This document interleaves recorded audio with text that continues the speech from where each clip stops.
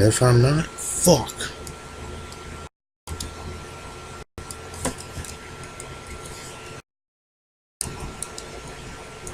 While I sit here and gather up my notes, welcome to my stream. This is the Lone Wolf. Lone Wolfing it out, not being on Vinnie Mac's channel. Because it gets boring there from time to time, and let's be honest here. Vinnie Mac's not much of a good streamer, per se. Well, he's a good streamer, he's just a snaky ass motherfucker. That's a come freaking deck of cards. That's your new nickname, Buddy Card Deck. Because you got 52 faces on it and you know how to play each and every one of them. You rat tail bastard. And Tearjerker, by the way, too. Anyway, though, I think I should be heard. I think I should be heard now and not muted. I love how I muted myself. I just went rambling on for 25 minutes. Talking about a bunch of different topics. Well, a couple of different topics, so. We'll be doing mostly MMA shit. If I can remember back, just talking about freaking statements the fighter said, like Anderson Silva won to fight Conor McGregor. And how he would freaking love that to be his retirement match, I guess. And we got Mark Hunt saying that he was forced to freaking sign up and fight Alistair Overeem. How much of that you want to believe, hell, that's up to you. I believe a good bit of it. I definitely believe he's definitely owed his money, you know, upon the debacle, which is UFC 200. You know. And just not even from that fight, just stemming from his last 3 fights, period. Where he has to face guys that freaking ended up being caught for using roids or using different drugs that are associated with steroids and performance enhancements. It's kind of lovely. For you bastards out there that are watching now, which is probably no one. If you can hear me now, give me a thumbs up in the chat. I'll load up the video pretty soon. Yeah.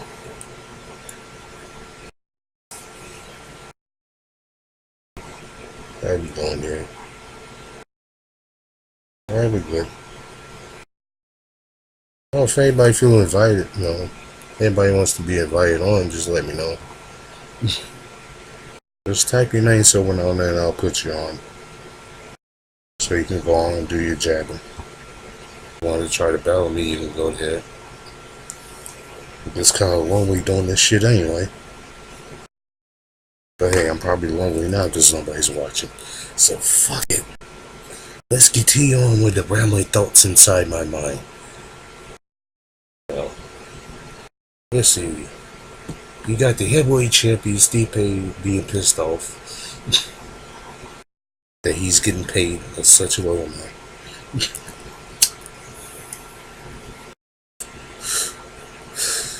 Especially amongst last fight when he only got paid not even $100,000, even underwards.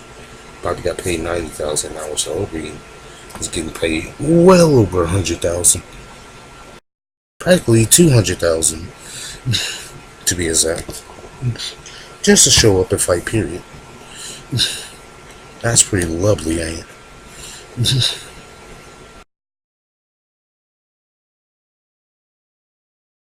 And also, from the recent thoughts in my mind, speaking of freaking fighter pay, y'all, you should check out the freaking fighter pay for UFC Fight Night 103, where BJ Penn has got freaking slowed up and embarrassed in the first round and then got knocked out in the second round. But hey, he goes home $150,000 richer. And coming in second place is Joe Lozon, a guy who won his fight, even though a lot of people argue that he lost, and I agree with those arguments that he lost his fight against Martian Hill, but he gets paid $116,000. Right, Yair Rodriguez, the guy who won in the main event, is third, but he only gets 100,000 with a 50,000 the show and a 50,000 win bonus total.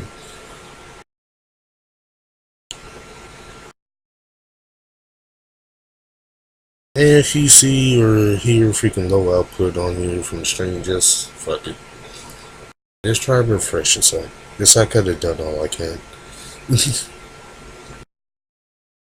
The only biggest problem I am is probably doing this and streaming through on kind of a slow latex older laptop. Right. Now let me get back to freaking reviewing SmackDown, which what I said in the first parlay of it. We had AJ, well, I should say we had Shane McMahon coming out and giving out the WWE good news that they're going to have the Elimination Chamber, and they're going to have the Elimination Chamber main event for the WWE title, which prompts AJ to come out and whine about him having to freaking defend his championship on the momentary while he still has it now in the Elimination Chamber after he faces John Cena.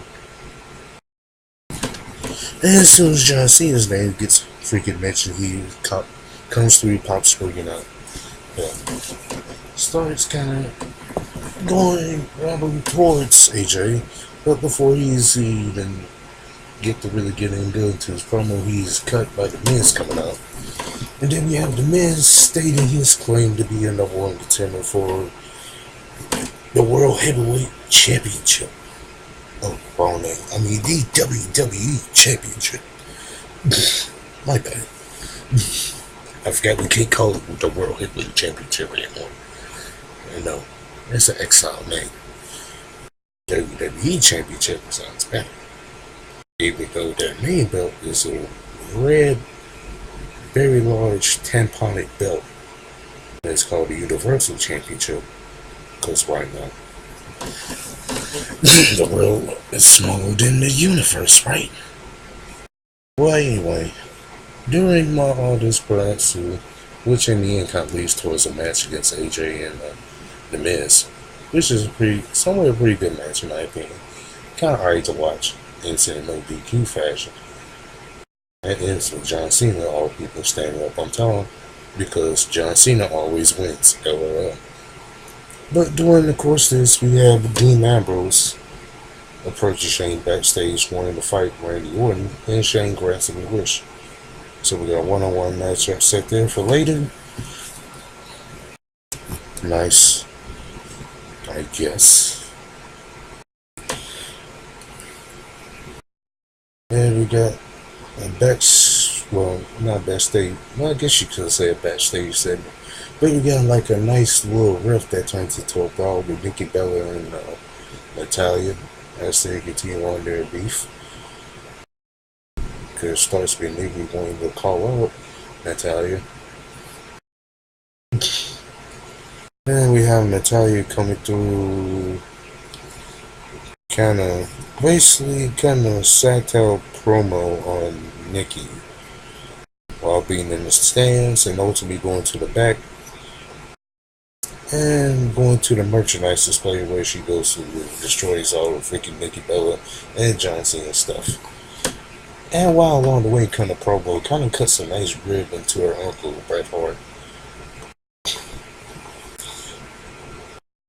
And as we all know, the freaking brawl from that incident, I should say the second incident brawl, been brawling backstage and tearing up the whole concession stand on that merchandise and getting ruined. Probably end up leading to them having some sort of freaking matchup at freaking, I say Royal Rumble. Some might say Elimination Chamber, but I think they'll have it at Royal Rumble.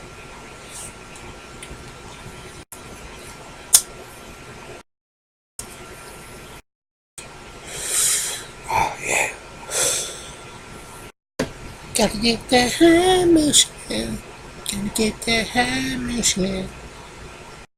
Alright, let's try to continue to. Unless we got the freaking Dean Ambrose and Randy Orton match. Kind of a nice match, still in a sense. Uh, like, well, it was a good match until the ending because I felt like the ending was very stupid.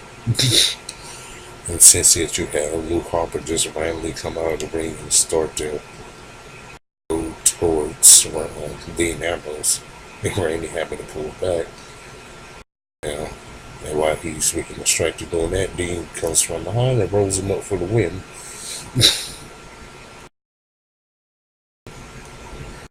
And then from there we get more of the same from afterwards last week. It ends up with them kind of soaking at each other's throats, kind of arguing through and through.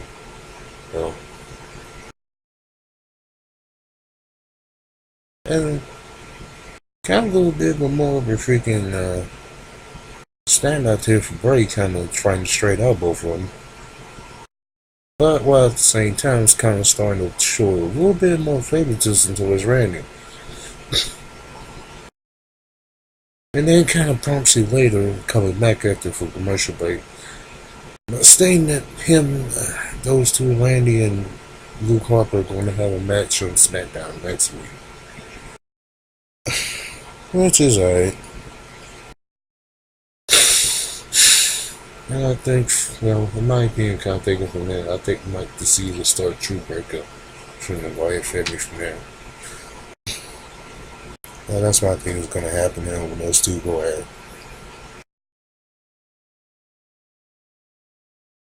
Oh boy. And I think from there we got the King's Court segment with Dolph Ziggler and Jerry the King. Well, Jerry the King coming back to his hometown in Memphis, so. They got to say though, I kind of like the Ziggler's promo a little bit. Even though it was very controversial. And in a sense, kind of freaking damning at it. Because he's freaking talking about Jerry and the freaking, that time where he had a heart attack. And I loved how he stated that hell, you could blame him for that heart attack.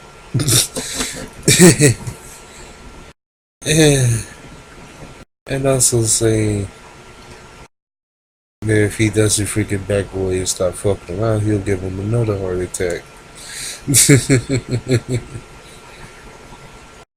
Like I said, I was very entertained by that promo.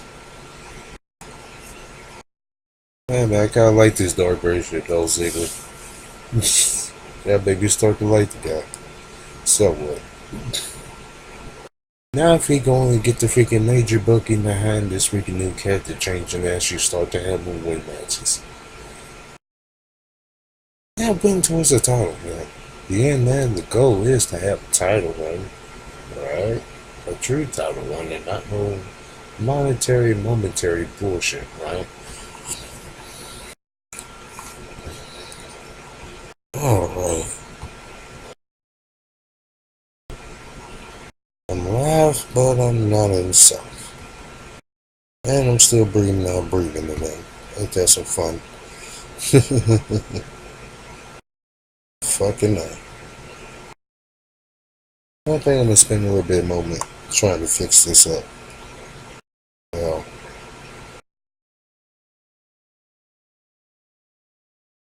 oh boy.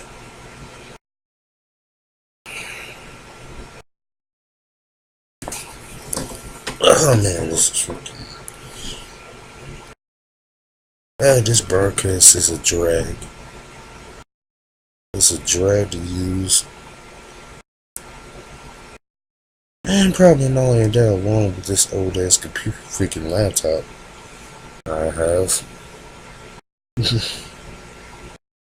Oh boy.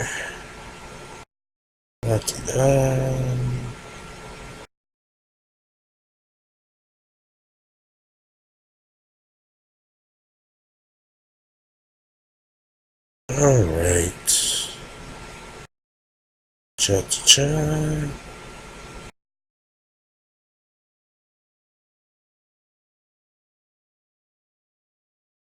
This is so nice, but so bright.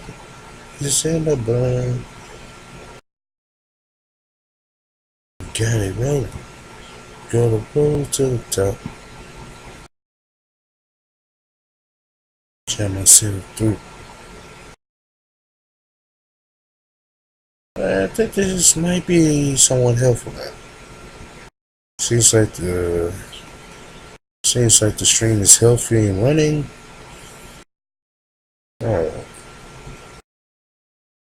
And I think after from that and the King's Court segment, I think we had the main event, which was the cage match for the women's championship. Another first in the freaking women's division WWE, as Becky Lynch takes on Alexa Bliss.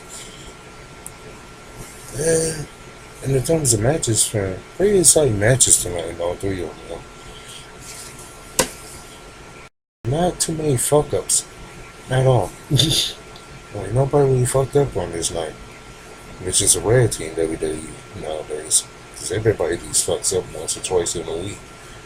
It seems like for me, everybody SmackDown recent matchup wise, and they did their job well. Didn't have no fuck ups whatsoever.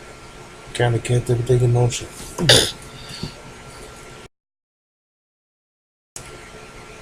And as I was saying, for the main bit, it's kind of back and forth intense where I've had. It's just freaking different moments throughout the match where both women are dominating. Hell. And we get towards the finish, where the finisher we see La Luchador popping out, while Becky Lynch has to disarm her on Alexa Bliss and kind of does a familiar spin kick towards her head. And following up from that, Alexa hits that kind of running Jake the Snake style DDT and pins Becky to retain the championship. And while freaking afterwards Becky's freaking soloing on and just realizing the fact that she lost the championship, again goes on a mad rage and attacks both of the women. While Luchador trying to escape, has a massive belt and is revealed to be none other than Mickie James. Yes, the old diva standout from the late 90s, early 2000s. In the old WWE world. And used to be in the WWF world. Back when it was called that back in the day, huh? But she kind of passed back through. And her and Alexa Bliss continued to beat down Becky Lynch. And in the end, they stand tall. Nikki freaking raising her hand. Well, raising Alexa Bliss's hand high. And handing her the championship. So I guess we can conclude from that those two, I guess, in some kind of cahoots. Oh shit, I'm offline. Wow. I'm offline. I'm back online. Tell you, man, this thing's a trip. Oh man, this fucking thing's a trip. I tell you, it's a trip. I was offline, now I'm back online. Oh, fucking A. Oh, shit. Yeah, at least besides that, other than that, freaking Raw was a complete drag as usual. First segment was pretty good with freaking Kevin Owens, Chris Jericho, Roman, Seth out there, even though we all freaking seen them getting in the main event. And involved in a nice 6-man tag match for the main event. They had themselves a nice segment in the first go round and a nice brawl to cap it off, which includes Brock Lesnar popping up and cleaning the house basically on everybody, standing tall at the end. What I got to say though, they're getting boring as hell with this bullshit though, man. Putting those same freaking 4 guys in the main event, and then you sprinkle in a Braun Strowman every now and then. But man, oh man, that was a job. The best news that came out freaking Raw was the fact that Kurt Angle is the first inductee in the Hall of Fame. Yeah, you probably could argue that might be the best thing that came out of WWE television this week. Was that Kurt Angle was in the Hall of Fame. And it's the first announcement. And should be a load of others to come, which if you look around the mover mills include the likes of IRS, of Rick Rude, Diamond Dallas Page, among those names. I'm pretty sure there might be a couple others, but I'm not too fond of remembering all those names. But at least when the names I just mentioned them kind of makes it a good class. You know? I wonder if we're going to have Goldberg in the Hall of Fame. They can put Goldberg in the Hall of Fame, they'll probably cap it. But then again, though, it's probably not going to happen since we also hear rumors of Vince McMahon. I absolutely love to sign Goldberg to more dates. And sign him past the Royal Rumble and past WrestleMania into doing more freaking, not all the pay-per-views, but probably the big four, more the big four pay-per-views, and probably pay-per-views in particular choices that Vince has tonight for Goldberg. So if we're not going to see Goldberg in the Hall of Fame this year, we're definitely going to see him in the Hall of Fame probably next year. And I'm kind of banking on Goldberg probably being the headliner for next year's Hall of Fame. I kind of think that's a definite lock.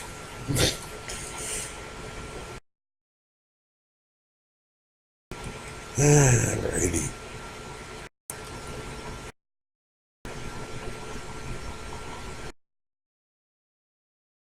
I'm wondering if this one Patrick Washington is going to show himself. And just right when I said that, the freaking string starts fucking up again. That's nice. Paya! You're back on.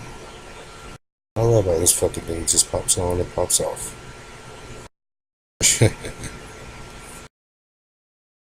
Oh boy. That's fucking awesome. Let's see, I think I covered a little bit in the main.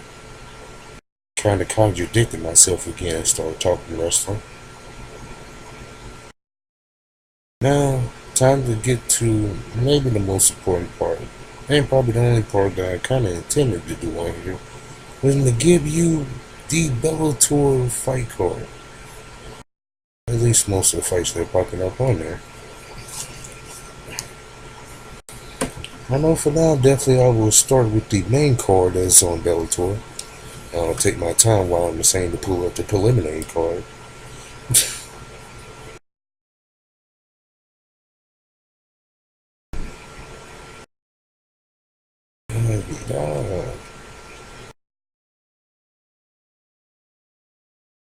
Well, let's begin with the main card of Bellator. Let's see if I can find it on there. Oh, good.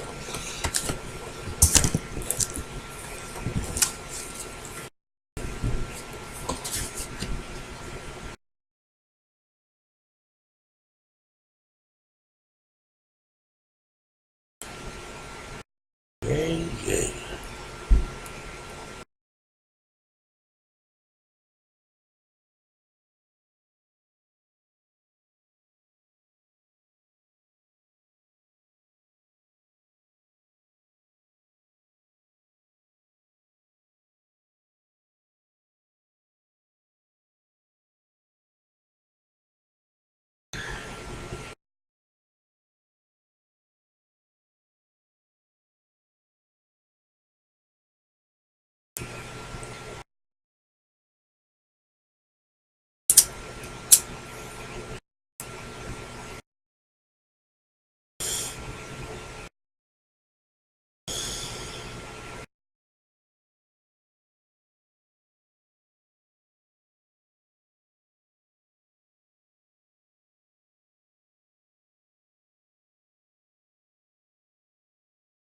Alright. I got the freaking fight card pulled up now.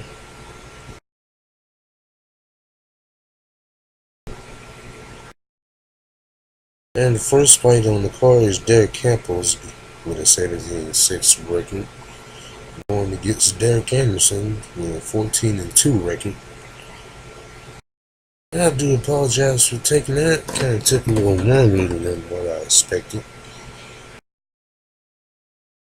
Shame on my part, shame on me. But as I see it on here, I think I'll go with Derek Anderson. Because he's been pretty explosive in his last freaking few fights on here. Whereas Derek Campos, he's been kind of riding along doing the decision pine. Derek Anderson's been finishing folks. So I'll go with Derek Anderson now. Second fight to call on here is George Callahan, going with a 26-6-1 record, going against Emmanuel Sanchez with a 13-3 record. I'm kind of a little iffy on this one because both these guys seem to be decision fighters. But I think I might get the line towards Callahan, if I ever said his name right. I know I gotta be butchering his name wrong as hell. Golly, but I might go with him in that fight with Georgia. Because he's been going there putting up more exciting fights on it. At least that's what I've been watching on Bellator on the weekly. Whatever the fuck it comes on. No, we don't on a weekly basis.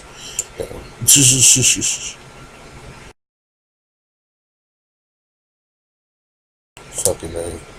And third fight on the card, we got Brendan Ward with a 15-4 record going against Paul Syntex Daly with a 38-14-2 record. Yeah. Possibly could be the fight of the night right here. We're about to that. I'm probably gonna go more so expecting this to go decision. But if anything, I might pick Brendan Ward for the upset over Paul. Because I believe that Brendan has more of a dynamic striking force type game than what Paul has.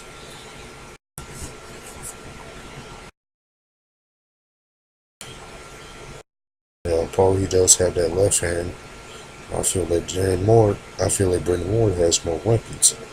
And he does have a tough chin on his side. I think it's going to take a while for Paul Daly to try to freaking strike in and try to pound his way to get that knockout. And now let the co-main event of the evening. I don't even get how the fuck this is a fucking co-main event of the evening for this fight order that they have here, but Hisaki Kaito going against Raleigh Gracie. Raleigh Gracie is starting out to a good start with a 3-0 record. Hisaki Kaito, on the other hand, is 6-2, and is well famous for knocking out professional and not to mention glory kickboxer. Oh boy, I just had his name and it just slipped out of my mind. Fucking hell. That's my punishment for smoking weed, probably.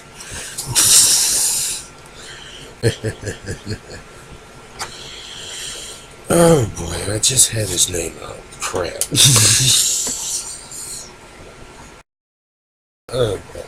But the guy that I'm thinking of, he's a well-famous kickboxer in the realms of glory, and probably amongst other kickboxing organizations. And not to mention he has a hand in training with the Diaz brothers and their fighting camp down there. And the name I'm thinking of just popped up is Joe Swelling. Or maybe Joe Selling. Yes, Hisaki Kaito is famous in knocking him out. And not to mention, yes, she defeated him twice, if I'm correct. Because I think they sort of had a rematch that was in Glory Kickboxing, and Saito edged him out for the decision win, going against Joe. So he's also famous for that. I like you, Raleigh Gracie. I kind of like your Gracie family, but I'm going with his Psycho. And plus, I don't think he's going to be well-faced in striking against his Psycho. And now one last fight to go at on the main card, and it's none other than the main event of the evening. Tito, the Huntington Beach bad boy, Ortiz, going against the bad man, Chael Sonnen. In a fight where the trash talking has not been in sight. And come to think about it, there hasn't been any fucking trash talking at all. It's such a damn shame that I got to get out of here for a minute. So excuse myself.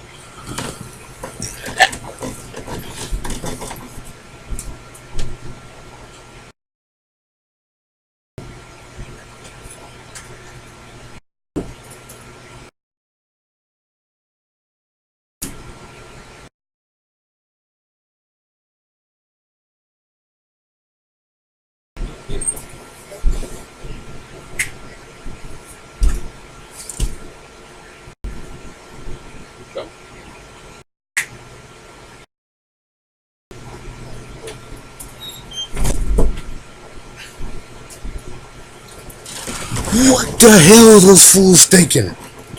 What in the blue hell were they thinking? Making this matchup. Golly, this is gonna be a freaking robbery of those people in those Indian casinos as hosts in Bellator. They're gonna be robbed in terms of this main event.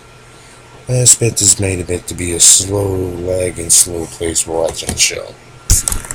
I expect Chael to go in there and possibly do his thing against Tito. Eke out that decision win. I mean, you gotta know this is going to a decision. Ain't no way neither one of these dudes gonna knock each other out. Neither one of them had the striking for or the knockout power. And what's sad about it is, they're probably gonna start out trying to grapple each other, but they're gonna realize that their old age, they can't grapple well. They were never great wrestlers to begin with. They were good wrestlers. Some even freaking, caliber wrestlers in terms of Chael wrestling at Oregon. But man, their wrestling hasn't translated well into the MMA game at all. I mean, I understand Tito had the, legendary ground and pound, but it wasn't like he was the first one to really come up with the ground and pound game. I would say he more so kind of perfected the old school style of ground and pounding. At least until the guy had evolved, or got to more of an evolved state. Thanks to some fighters like Chuck Liddell, but more so some of the guys today that are fighting now. I mean, I expect this to be Chael winning by decision. They're probably going to have a big hugging out afterwards. Before then, though, they're probably going to be amping up the trash talking. And probably wouldn't be surprised they started some of the day. And probably, a pseudo conference. Well, I guess fight conference they're probably going to have early today. And, well, if not today, tomorrow, I should say. It's probably going to start tomorrow with the weigh-in on Friday.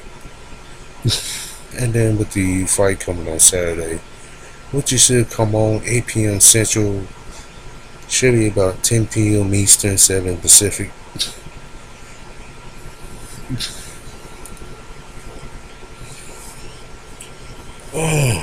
And I guess I'll give my quick rounds on the prelims while I'm sitting there at it. Fresh in memory stone. And adios to the one cat that was watching now. Pretty sure you probably had more important shit to do than to sit here and just watch my ass just ramble on.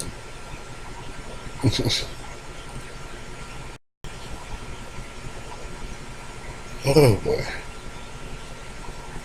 Well, it does remind me though, I did kind of get a question from my last video by an interesting fellow by the name of Stein Kaufman, asking me, do I smell what the Rock is cooking? Oh yes, I do smell what the Rock is cooking. And as a matter of fact, I'm going to tell you what the Rock is cooking.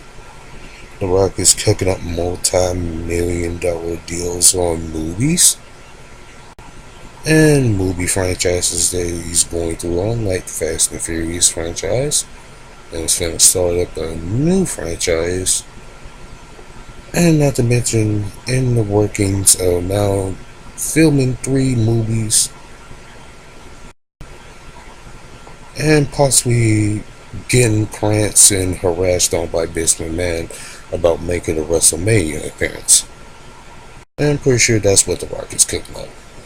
He's cooking up different ways to get that 8 digits. And possibly 9.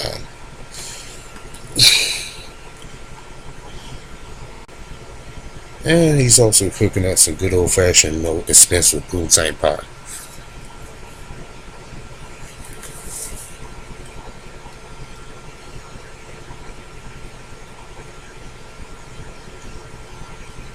About it.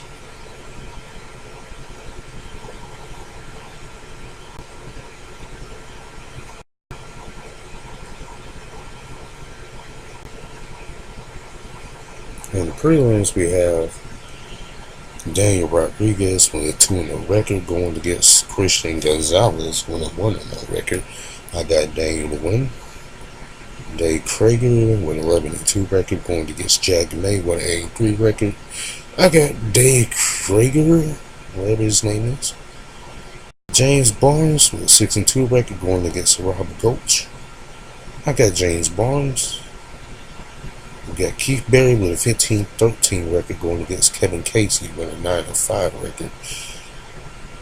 I got Kevin the King Casey, the former UFC Ultimate Fighter star now. He should win. He'll probably make his ass bounce, but he should win. He's gonna bore you late, probably should win. Next fight, Alex Soto with a 7-3 record going against DeMarcus Brown with a 4-2 record. I'm going with Alex Soto. We got Jamar Okapo with a 2-0 record going against Lyoto Machida's brother, Shinzo Machida with a 4-2 record. I got Shinzo. Now, he trains karate every day, training alongside his brother. You should have enough skills to whoop ass going against a guy who barely has 2 fights. But John Marshall with an 8-7 record going against Yurmate Bombay. Excuse me, Yurmate Bombay. 8-3 record. I got Yurmate. Your name is hard to pronounce. Next fight, Cody Bollinger with a 19-6 record going against Henry Corrales with a 12-3 record. Now, if I swear though, you see a picture of Henry Corrales though, this guy kind of looks like a freaking version of Alex with a big head. Golly, this guy looks like Alex except he has a bigger head and more hair. He's like a steroid version of Alex. But now I got Cody to win. And the next fight, Ian Butler with a 3-2 record going against Jacob Rosales with a 4-2 record. Rosales, in my opinion, should win. Mike Surigata with a 4-4 record going against Tommy Aaron with a 2-1 record. I'm going to go with the young star Tommy to win. We got Johnny Cicados with a 9-5 record, and this guy looks like a bald-headed Alex. I'm going to pick him to lose. He's fighting Bullinger. Curtis Millinger with a 93 record. I got you to win, Curtis. You better beat this bald-headed fuck. Alright, next fight is, the last fight. Thank goodness the last fight. Jalen Turner with a 2-2 record going against Gabriel Green, who was 3-0. And I got Gabriel Green to win and go on to be 4-0. That should be it for the prelims. Those are my quick picks for Bellator. Even though it felt like it was freaking a long outdated prediction part of the show with no insight whatsoever. And it's just ramblings and ramblings of a thoughtless fool going on. Gotta love that shit, right? Anyway, I'm going to go ahead and end this shit now. Because I'm about to chime in and take myself to sleep and focus on my life in the real world.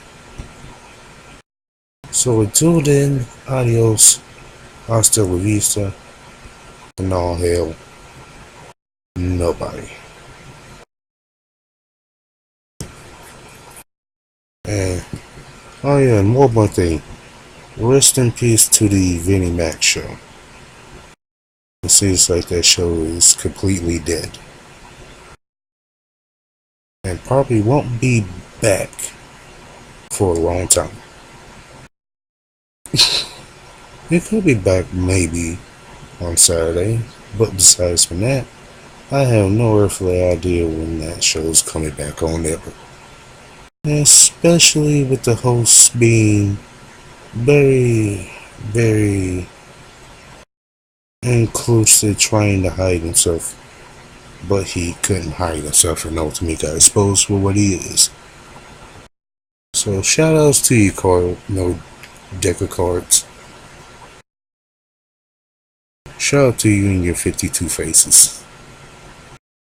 And how they all can lovely suck a grizzled, hairy, greasy ass cock. Until then, this is a lone wolf telling you to freaking go have a great life to live. And stop wasting time watching me. Adios, fuckers.